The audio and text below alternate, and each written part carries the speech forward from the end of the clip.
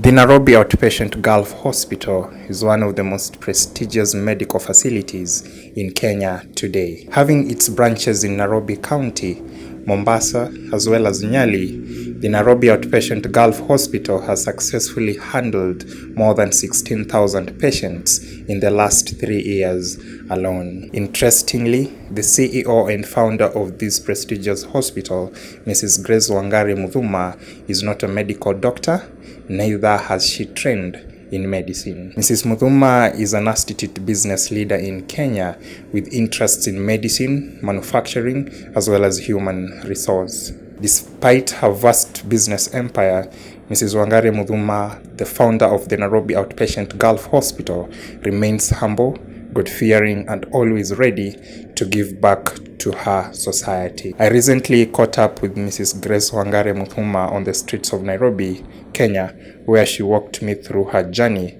what it takes to run a chain of hospitals, and what the future has in store for her and her empire. Many thanks, Grace, for making time for us at the CEO Today show. And by the way, congratulations on this initiative. It conforms to our clarion call, which is profits with purpose. Today I want us to take a few steps back into your journey, coming up from an HR point of career to founding this amazing initiative of the Nairobi Outpatient Gulf Hospital. How has the journey been for you? Where did this all start? Where did you study? Asante. Now, my journey is quite long, but I'll cut it short. Just a small girl from a village in Kiambu who grew up in a farm and farmed at a very young age. Grew hating poverty because that is what had occupied half of our life. And my journey started after my high school, that is 2003, 2004. We didn't have any, after I passed my KCSE, I didn't have a way out. Here I am, passed very low, campus calling, there's no money, and probably we were not well informed on how to go about it with the loans and help.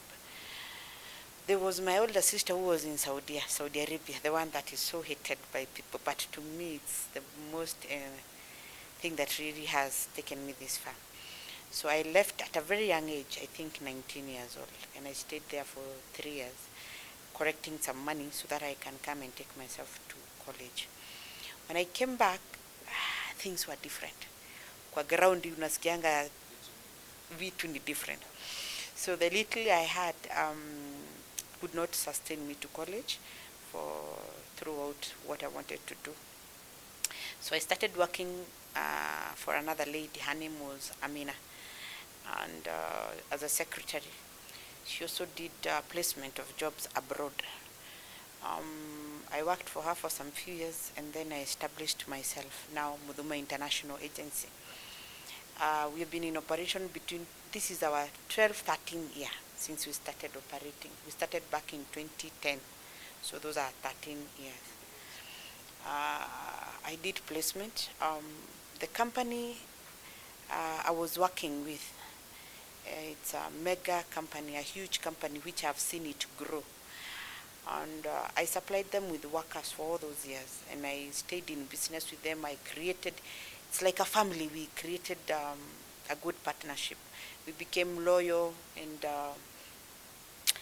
3-4 years ago, I got a phone call from one of its CEOs, and they asked me that they do medicals abroad, the one that travel medicine. And I said, me, I'm such a business person.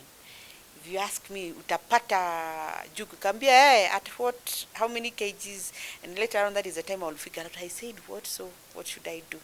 So that is what I figured out, because they wanted a lab, which is, I think, level F. That is a very high standard lab, and it has to be a hospital and everything else. So I did not say no, I said yes, because they say they were in a board meeting and I was selected because they had 3 Kenyans whom they wanted to work with, and everybody who was in that board, they selected me, and I said because I worked with them for many years.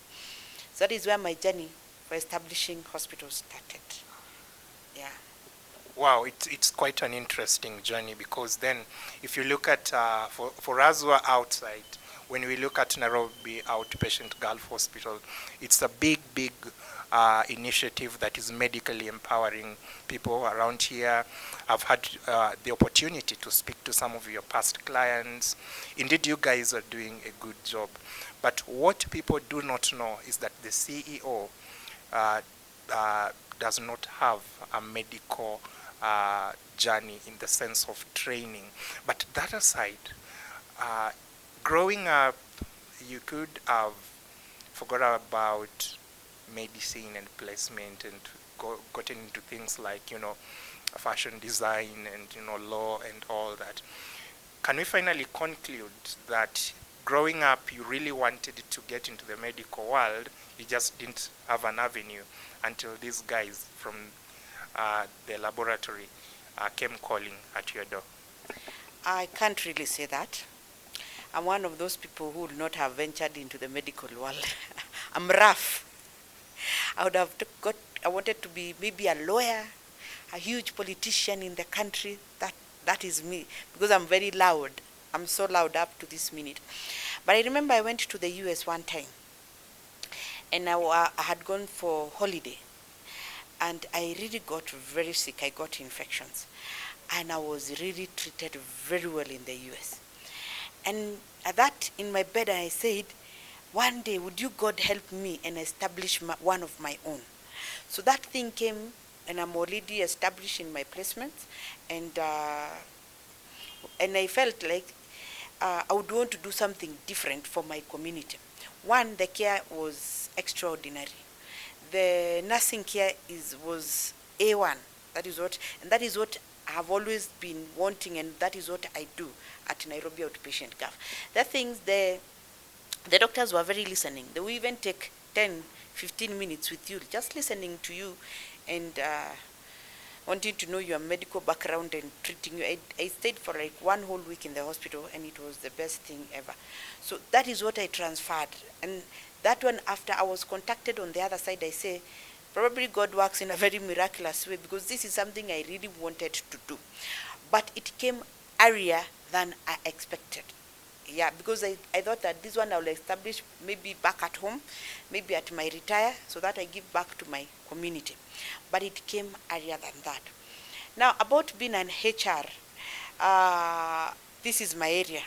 This is where I ventured. This is what I know that I have worked with for so long because of that placement abroad and locally. And that degree, it took me like 6-7 years to get it, because I was working, struggling with business, raising the family. And you see now in my line of HR, that is where those people, they saw me, and they could have had a partnership with me from abroad. As a business person, you don't say no to an opportunity. And when opportunity knocks at your door, you have to be armed. What am I taking myself into? The risk. And you've said that you have your own slogan, that is where you make profit. Though there's a lot of things that are involved, giving to the best and also getting to the profit. You cannot get profit not unless you give the best. You cannot get a long-term journey not unless you give the best. So that is what I looked at. What am I getting myself into? Because that is not the only thing that people have approached me from abroad. Others have approached me, start exporting of, I don't know, vegetables, meat. It never came to me. But when I ventured into the medical world, it really worked so well on me.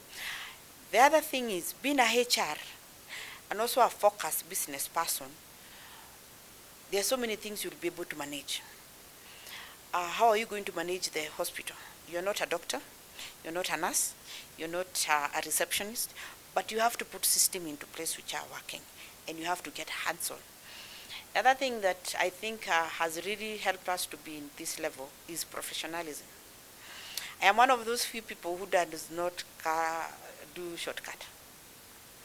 Come into my clinic, that is a place for a doctor, it's a doctor, not a CEO. If it is for a nurse, it's for a nurse, not for a CNA. That is the nurse aid. So I think that one has really helped me to grow along the way. And that is what I always tell business people. As much as we need profit, we need a long-term business. Because I'm not looking this business so long as I'm alive. No. This is a legacy I want to leave for my own generation. When I was growing up, I did not find anything tangible except the small land my dad inherited from his forefathers. And like us, we are like 7 sisters. The plot that my dad gave us is 100 by 100, which shall be owned by 7 ladies. So this is the kind of thing I will never want for my daughters, because I have 2 daughters and a son. This is something I really want to put it, and that's why I say it's totally done in a professional way. We have a GM into place, we have a doctor in charge, we have a medical doctor who is in charge, we have the CEO, we have nurses, we have lab techs that make sure that this hospital is running in the best way possible. Yeah. Wow. That's quite an insight from your end. Now, let's get to Nairobi Outpatient Gulf as it is today. Tell us how many branches you have around the country, and with the background knowledge that you are not a doctor, I think you have an idea of the services your hospital offers. You can tell me that as well. Nairobi Outpatient has born 2 more branches in Mombasa. One is in Nyali, and another one is in town. But we did not name them after Nairobi Outpatient Gulf, because you see now we've gone to another town. So one is called In Care, that is in town, and the other one is Cure for Life. Before we were doing completely travel medicine, those people were traveling abroad. Like now we have a contract with the Gulf where we do medical for all those people who are traveling to the Gulf country. But now we've also going a milestone further. We've gone curative, that you'll be treated for all kinds of diseases that you have. We diagnose. It's like also a diagnostic center, because our lab is a level F. You'll never find another lab in the country just like that one, in the same level of Nairobi Hospital, Aga Khan Hospital. So we are doing all kinds of tests in that hospital. So basically, we are fully equipped hospital that can be able to do all kind of tests, all kind of diagnosing all kinds of diseases. Yeah. Wow, that's noble. I mean, coming out that way, I mean, you guys have really put in the work over the years. But let's look at this journey in the sense that for every success there are challenges, especially in our part of the world, where establishing something like an hospital would require not only massive capital, but look at the licenses as well, the regulations as well. What are some of the 1 or 2 challenges that you've encountered along the way before we delve into the successes that you're proud of as a CEO today? Well, if I give my story, you'll take a handkerchief.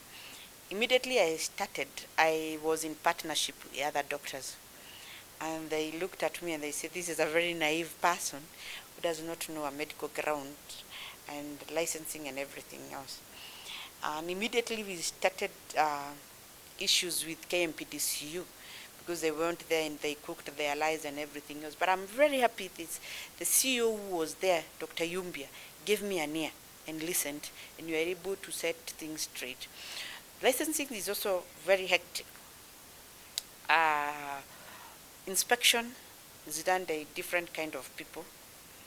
And in Kenya, I don't know what we shall do to get things in the right way. Like, my hospital is well equipped. The right working personnel there, they are there. The HR, the doctors. But you'll still find yourself, you're working the Kenyan way. That is one of the things that is really taking us down. Look at the NHIF, that is really helping so many Kenyans, the vulnerable ones. Right now we are attending them, but with that fear, are we going to get paid? Having that it is making headlines all over. Why? Because of the system that we have. I'll I will say that I wish the government can come into place and rescue the medical world. People are sick here. I like going back to where I've come from. I'm from the mountain. And up to this minute, the mountain, we still have those diseases. They are called I can call them cultural disease or what, I don't know what name I should give them. Like the diabetic is one of our best that we are dealing with. We are dealing with blood pressures. We are dealing with so many things that the government should come into place. We should not be dealing with them if the government is in. I was talking about the lifestyle diseases. If you find us as young as 30, 35, 28, we are dealing with diabetic. We are dealing with blood pressure. We are dealing with, we don't have problem with low blood in Mombasa. That is where we have experienced low blood. They don't have enough blood in their system. And if you look at those lifestyle diseases, this is something that the government at this day and they should have dealt with a long time ago. If they give us the support enough that we want, those are things that we can be able to deal with them here and there. And as Nairobi Outpatient, this is some of the things that we have dealt with. Educating people, even in the mountain, what to eat. Can they stop the cabbage and potatoes and chapo? It is still here up to this minute, at this day and age. So those are some of the things that us would want to deal with very well. Yeah. You've called upon the government to rescue the medical industry, because already there are a lot of malpractices going on, especially with you private actors in the industry. But that aside, despite those challenges, you've really gone above the rest to, build this hospital to be what it is today. Looking back, what are some of the successes that you're so proud of that indeed you'd wish other generations to borrow from you and of course your team? Some of this success that I would want is I have Kenyans who are really focused to keep a generation that knows what it does. A generation that wants to leave a brand. A generation that will guard whatever we have really worked hard for. Because if you look at us, the generation of 80s, we had others of 70s and 60s. And few who are born, you will have that they were not able to keep whatever that was really worked hard on. So this is what I have done. So we are really mentoring our youth so much. We are really talking to them. If you look at Nairobi Outpatient, and not only, Nairobi Outpatient is under one name, that is MUTHUMA. MUTHUMA owns so many things, not only Nairobi Outpatient. We have placements. We also ventured into manufacturing. We manufacture waters. We also into real estate. That is what MUTHUMA does. And what we've really done, we incorporated those youth, speaking to them about drugs, talking about them how to pass on to this generation. If I leave this Nairobi Outpatient in the hands of Daktari, will my children and my family be able to run this an empire? And if I wake up in the other generation, am I going to find this better or worse than I even live it? Because people are working hard so here. But do we have a generation that is going to take up this mantle and take it to the other generation? That is the question.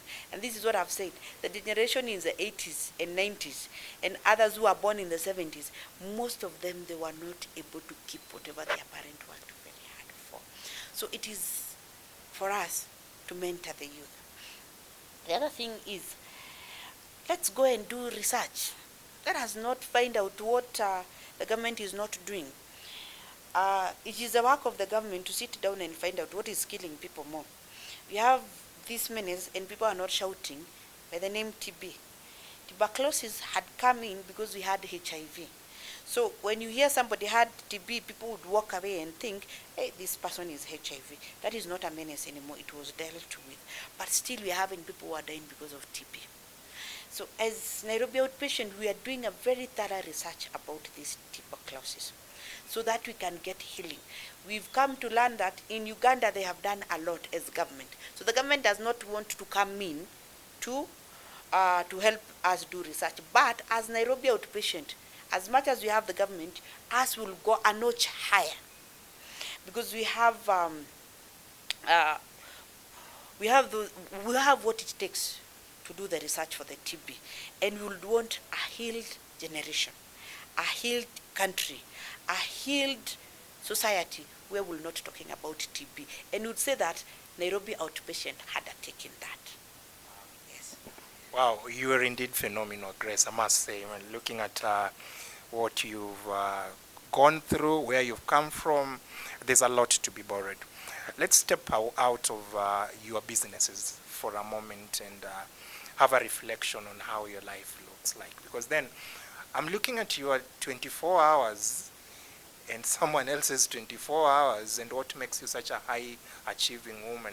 What do you do when you wake up in the morning up to when the sun goes down, from the time you leave bed? Okay. I'm a mother. For instance, today in the morning, I woke up at 5 a.m. Between 5 and 6:30, I have a meeting with my God. I love reading the Bible, praying. That's me. My kids, I have 2 small kids between the age of 5 and 9. I have to prepare for them before they leave for school, because despite being a businesswoman, I am a mother. So when they leave for school, I sit back. Sometimes I'll go to the office very early in the morning when there are some things where I have meetings, because sometimes I have scheduled meeting from 7, 8, and maybe by 3, that is the time I'll do meetings, meet people, go around my businesses. And later in the evening, I do a lot of exercise, because that is what I take care of myself, because you cannot work so hard and you don't take care of yourself.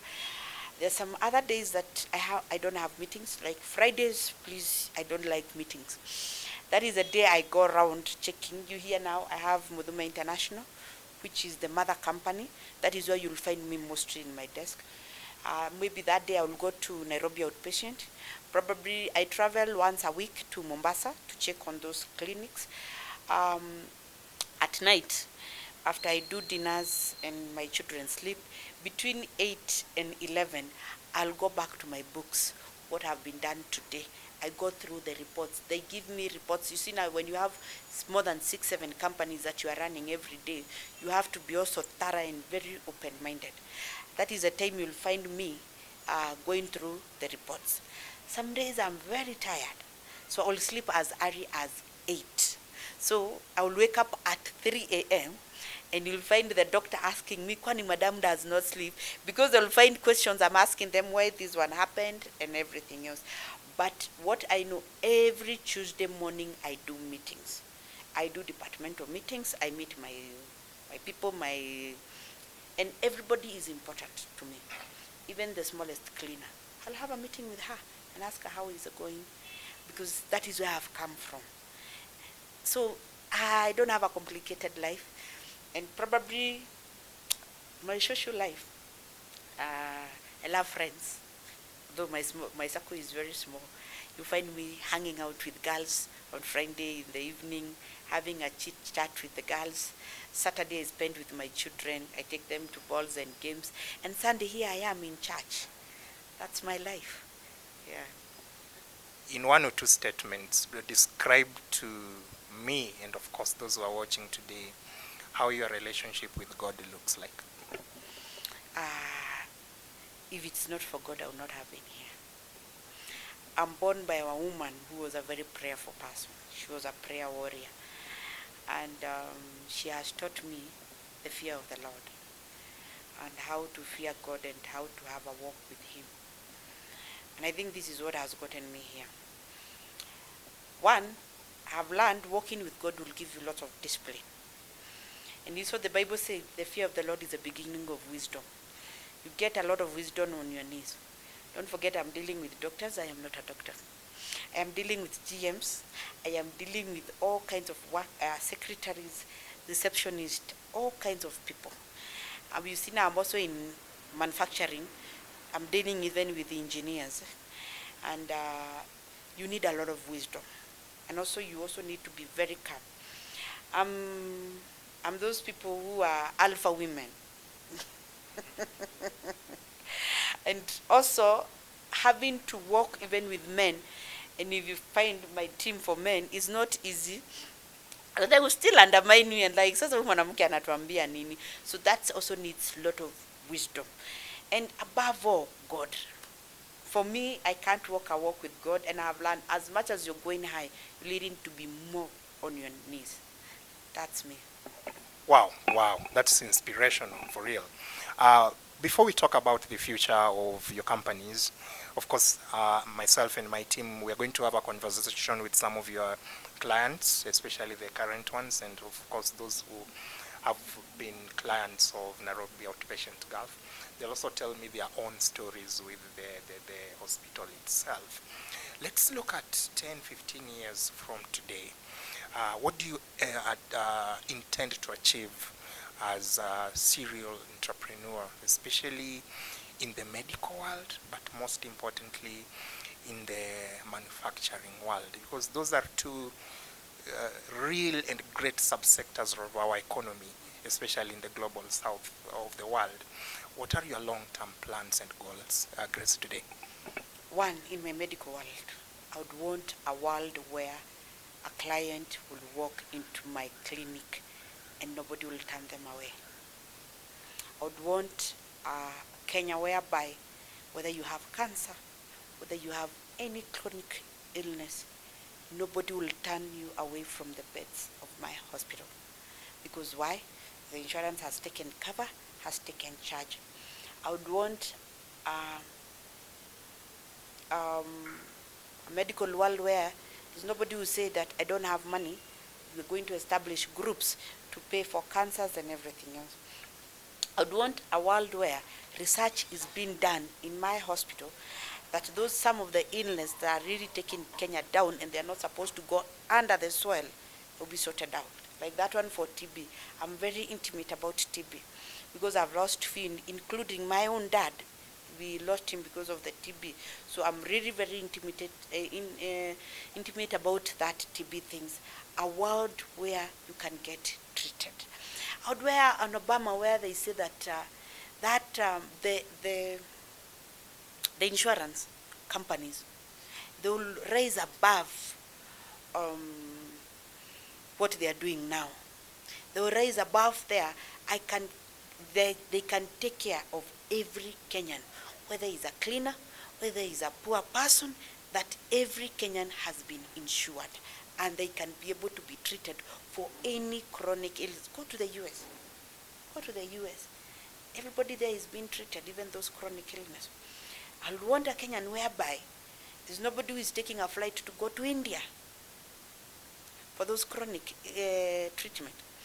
I would want a Kenyan whereby people, we don't have only a referral hospital like here in Nairobi. We only have KNH, and another one which is doing a very good job is the one in Kenyatta, the KU, and they're doing a great job.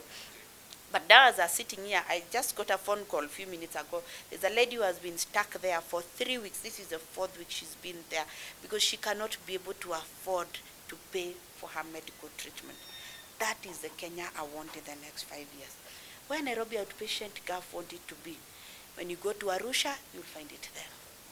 When you go to Uganda, you'll find it there. I want it to be all over in Africa. And not only as a brand, as a huge brand, but a huge brand which delivers the best. I will not sit here and say that I want to copy Nairobi Hospital or Aga Khan. No. I want to be best in my own Grace, when I was doing my research for this interview, I realized, or I read somewhere, that you're very passionate about matters climate change and all that. What can you tell us about that, and where do you draw your inspiration for that kind of thing? I've seen a lot of changes. When I was growing up, my mom used to tell me in that Kikuyu language that there are seasons for rains, And she used to know the time, and us used to know when to plant, when to harvest. And things have changed with time. And you can see that the time we used to harvest for potatoes and maize, it's no longer there. And it's only one problem: one, tree planting. Tree planting. I am so passionate about that. This is a project I really want to do it wholeheartedly. I've knocked few offices because I need more help. I have done it. I've done it in my own area. I'm still doing it. I'll go back to schools. I'll go back to the village. I'll do a massive job. Don't forget I'm WANGARE, so I am emulating from WANGARE Madai. Yes. So this is what I really want to do, so that we see whether we can at least, even if we will not go back there 100%, even 60% or 40%, we'll be able to harvest rain, be able to have enough water. I grew up in the village where the water, the rivers used to flow. Not anymore. Not anymore. I grew up in the village whereby we used to plant sukuma wiki, because as size India we are learning to do the Kenyeji ones, but we used to do the sukuma wiki and spinach, and we would just fetch water from the river and we water them in a span of 3-4 weeks that we have those veggies around. Not anymore. So this is a campaign, really I am doing it and I'm so passionate about it. And really this one, and I'm not saying this in bad way, I want to do it with a boy child, because those things which are forgotten are true. This boy child who is being forgotten, and the environment, this is the climate. So this is the things that I want to intertwine and work with them together, and have already started. Yeah. And the kind of doors that you've knocked, in my own assumption, I'm thinking you've knocked the doors of support from non-profit organizations or government, I don't know. Are they responsive to you? Yes, they are. Yes, they are. And also there's something else I've also learned. Knocking those doors, it's only 10-20%. So 80% must come from me. We have few things, we always set aside a certain amount of, even if it's 2 shillings or 3 shillings that we make profit from a certain client, and that one will be able to get us a milestone far. So even if we don't have help from the government, don't have help from any NGOs, Nairobi Outpatient and MUTHUMA International Fraternity can be able to fund all that. As the day progressed, I took time to tour the Nairobi Outpatient Gulf Hospital and caught up with some of the staff members of this medical facility. I also had a conversation with Dr. Nderitu Wangui, the medical director for the Nairobi Outpatient Gulf. Ladies and gentlemen, I've had a very interesting conversation with the CEO and founder of Nairobi Outpatient Gulf Hospital. Over the last 3 years, this particular facility has placed its best foot forward in offering world-class medical solutions to the community, of course, within Nairobi and around the Republic of Kenya. Right about now, I am with the medical director for this particular hospital. We want to have a conversation on the growth of this particular facility, where it has come from and where it hopes to go. Daktari, karibu sana to the show.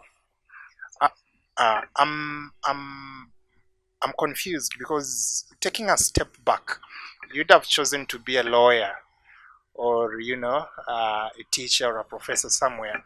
What drew you to the world of medicine? The medical world, how I found myself into it is from the time I was growing up. I grew up getting medical services from a public system, which was not easy back in the slopes of the mountain in Nyeri. And there were many medical challenges that we were facing as children growing in a poor family, that you always used to envision that one day I can be able to solve the same problems for those who will be going through the same challenges. That is how my journey through medicine and the medical field came about. Doctor, you've worked with Madam Grace for the longest time. What is it like being part of the senior staff members of this particular hospital? Nairobi Outpatient Gulf Limited is an establishment founded by Grace MUTHUMA, and I joined this institution when it was months old, and it had a very big dream, and she shared the dream with us. And I would say that she is one of the best CEOs that I have worked with so far, because she gives you the freedom to actually actualize the dreams that she has and the dreams that the institution has. We have managed over the last 3 years from the time that I joined to grow from one facility to 3 facilities across the country. We have been able to serve close to, for the last period of 3 years, close to 15,000 travelers. Those are travel medicine. And on curative, we have been able to serve approximately slightly over 9,000. As we are moving forward, we look forward to see ourselves being a force to reckon with in outpatient diagnostic and travel medicine services. Yeah. Thank you very much. Now, as the medical director for this particular Gulf hospital, I believe there are staff under you, there are colleagues you work with. In the new or in the modern day workplace, as a leader in the medical field, how do you manage such staff force, especially in really challenging workspaces that we see in the current environment of work? Okay, actually, Socrates, I would like to redefine that. The skill that I use is not management, because management is where you push your staff to do something that maybe you can't. So you push it via authority. My model is leadership, like let's move, let's do things. And through that model of leadership, you have been able to put staff to feel like they co-own the facility, and the outcomes and the goals of the facility are achieved together, so that individually, whatever everyone does it to the best of their ability. And we have one motto among the medical staff: whatever your hands find it to do, do it with all thy heart. Wow, that's interesting, Dr. Ari. Now, when I was doing my research for this particular interview, I realized that your facility has some of the most interesting medical resources in the sense of both research, innovation. I understand you also have a very high level laboratory, thus making you a step ahead of the rest in the private medical practice. Can you shed light a little bit on that? No, but the virtue of being in travel medicine and being able to deal with different countries, the Gulf countries, the European Union, and the Americas, it puts us at a level that we have to be above par of the facilities in the country. By that I mean, some of the tests, let me give you an example of a test like HIV testing. HIV testing in Kenya majorly is done via strips. At our level, and I don't think there is any other facility currently doing it at that level in the current country, we only release the HIV results that on the lowest are via ELISA, on the highest are molecular. So these are results that cannot be contested. So we place ourselves at a competition at international market, not at the local market, because we have to meet the requirements of all international organizations, that is the Gulf Health Council, the British Medical Council, and also the American Heart Association Medical Association. So you have to meet all those standards, and by blending that, it gives us a world-class view. So the lowest level of test we can do is immunoassay, which immunoassay is the test that we find in our level 5 hospitals in the country. But so it's a rather advanced model, because whatever you find at our highest facilities is what we call our lowest. But we have to meet those standards at that level so that we're able to give quality results that are reliable across the world, and we avoid the occurrence of pandemics like COVID. So we're able to close the gaps between countries and boundaries and the public health issues between the countries. Yeah. Wow, amazing, Doc. Now, for every successes, there are failures. For this particular case, allow us to call it challenges. What are some of the challenges that you've encountered in your quest to, take this particular facility to the next level, after which we'll explore some of the achievements you've been able to encompass? Actually, one of our main challenges is our position and what we call the test that we do, our diagnostic services. You'll find that our clients come from across the country, sent by different embassies, and the clients will feel that this is a test I would have done in the village at 100 shillings, or at a level 5 hospital, level 4 hospital at maybe 50 shillings.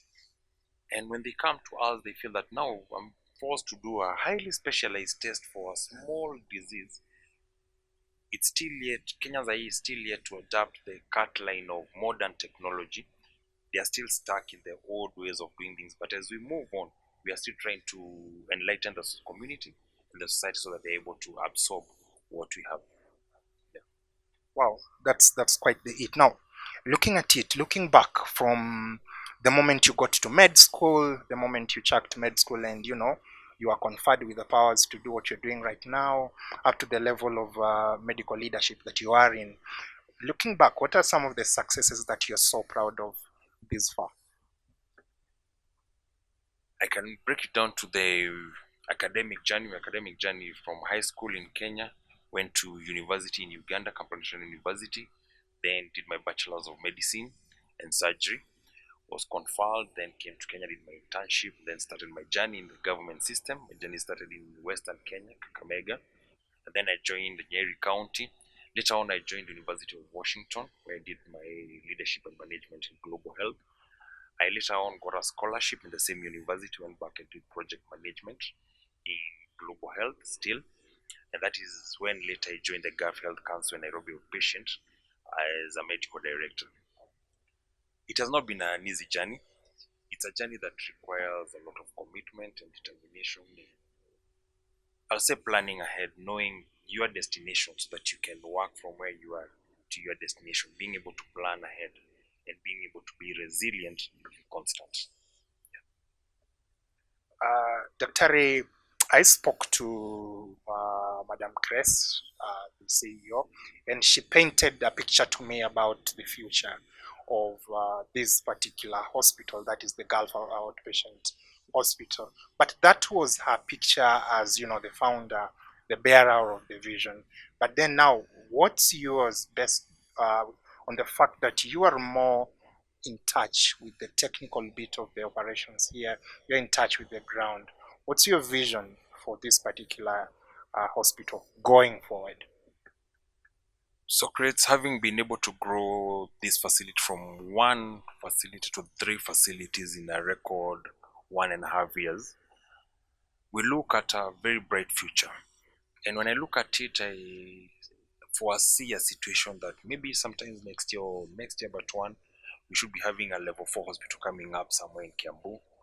We also have a plan of having a dialysis center coming up, a state-of-the-art dialysis center, with a view of having the outpatient medical centers distributed across the 8 regions of the country and across the African capitals, as the dream of the CEO is.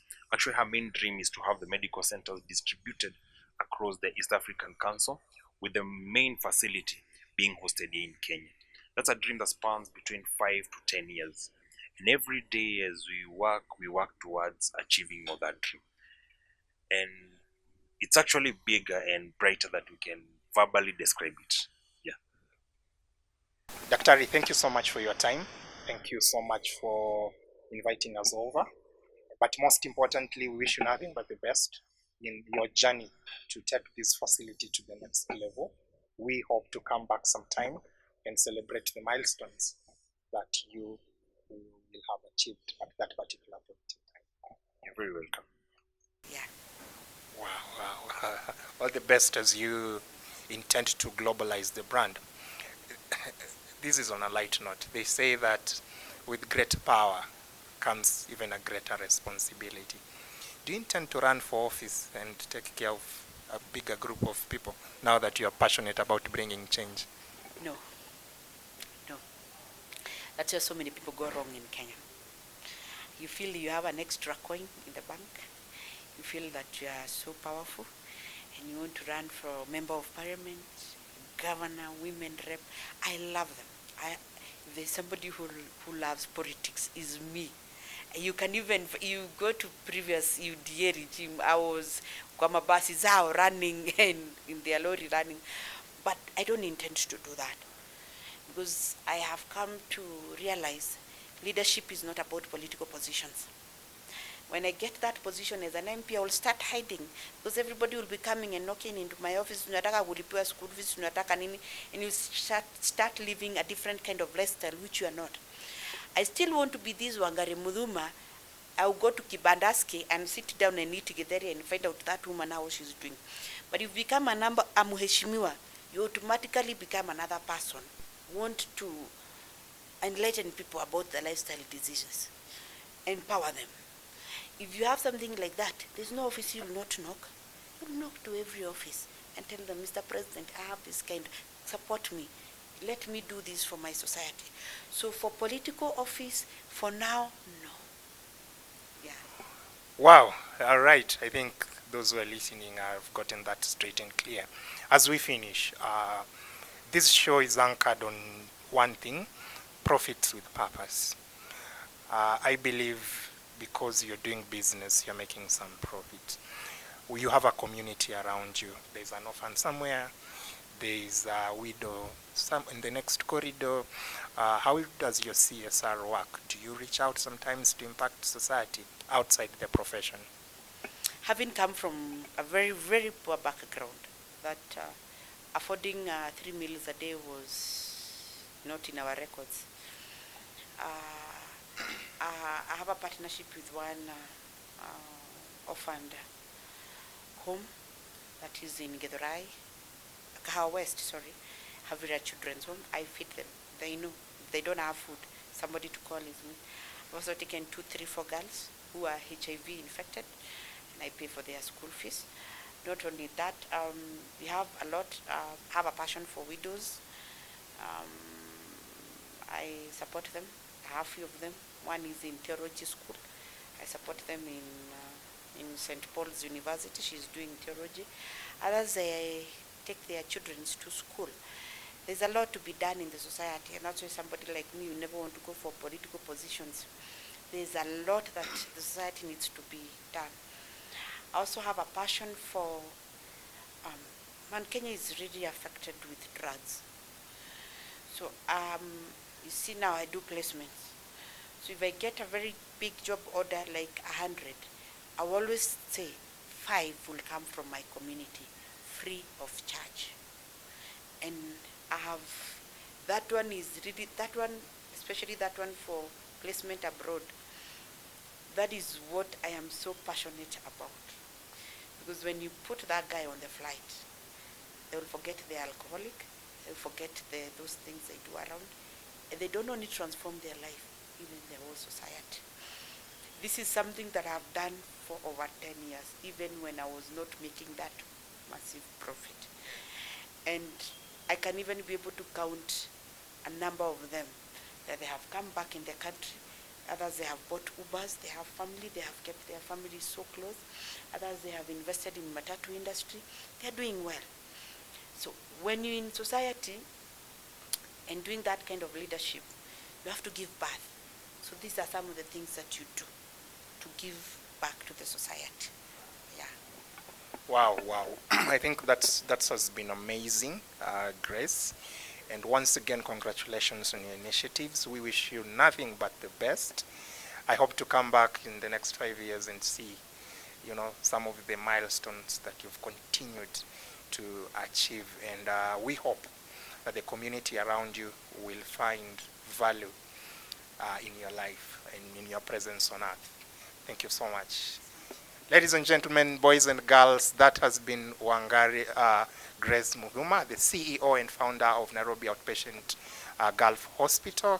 She's saying this is only the beginning. She hopes to achieve certain milestones in life and live a better world, a better society than that she found. Thank you so much for always joining us on the CEO today.